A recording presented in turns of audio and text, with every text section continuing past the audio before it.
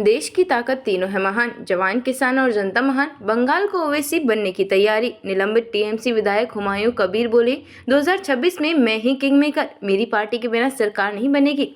निलंबित टीएमसी विधायक हुमायूं कबीर ने मंगलवार को बड़ा राजनीतिक बयान देते हुए खुद को बंगाल का ओवैसी बताया। उन्होंने दावा किया कि एआईएमआईएम प्रमुख असदुद्दीन ओवैसी से उनकी नजदीकियां हैं और मजाकिया अंदाज में कहा, वे हैदराबाद के ओवैसी हैं, मैं बंगाल का ओवैसी हूं, मैंने उनसे बात की है। हुमायूं ने भविष्यवाणी करते हुए कहा कि 2026 के विधानसभा चुनाव में न तो टीएमसी और न ही बीजेपी बहुमत छू पाएगी और वे स्वयं किंग मेकर की भूमिका निभाएंगे। 6 दिसंबर को बाबरी मस्जिद के मॉडल पर मुर्शिदाबाद के बेलडांगा इलाके में मस्जिद की नींव रखी गई। यह वही तारीख है जब अयोध्या में बाबरी विध्वंस की बरसी बनाई गई। टीएमसी ने इस विवाद पर 28 नवंबर को हुमायूं को पार्टी से सस्पेंड कर दिया था। हुमायूं ने बताया, 12 दान पेटियां रखी गई थी, 11 की गिनती में 57 लाख रुपए मिले।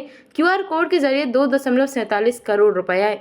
कुल करीब 3 करोड़ रुपए का चंदा जुट चुका है। 2026 का चुनावी दावा, 148 से ऊपर कोई नहीं जाएगा। हुमायूं कबीर ने कहा, किसी भी पार्टी को 148 से ज्यादा सीटें नहीं मिलेंगे। 22 दिसंबर को वे अपनी नई पार्टी लॉन्च करेंगे। मुर्शिदाबाद के बरहामपुर टेक्सटाइल मोड़ पर 1 लाख लोगों की सभा में ऐलान होगा। हुमायूं ने पार्टी के नाम पर चुप्पी साधी, बाद में सब बता दूंगा। उन्होंने दावा किया कि 2 और विधायक भी उनकी नई पार्टी में शामिल हो सकते हैं। कांग्रेस लेफ्ट एआईएमआईएम के साथ गठबंधन के संकेत। हुमायूं ने माकपा के राज्य सचिव मोहम्मद सलीम से बातचीत की पुष्टि की। कहा कि मुर्शिदाबाद में कांग्रेस और लेफ्ट से सीट शेयरिंग संभव। एआईएमआईएम से उनकी निकटता जग जाहिर।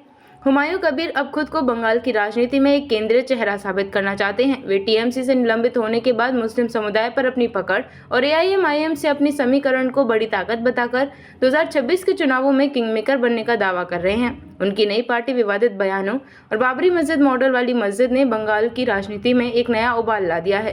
देखते रहिए changing future TV. Like, share और सब्सक्राइब करना ना भूलें। देश, दुनिया और भविष्य की सबसे बड़ी खबरों के लिए।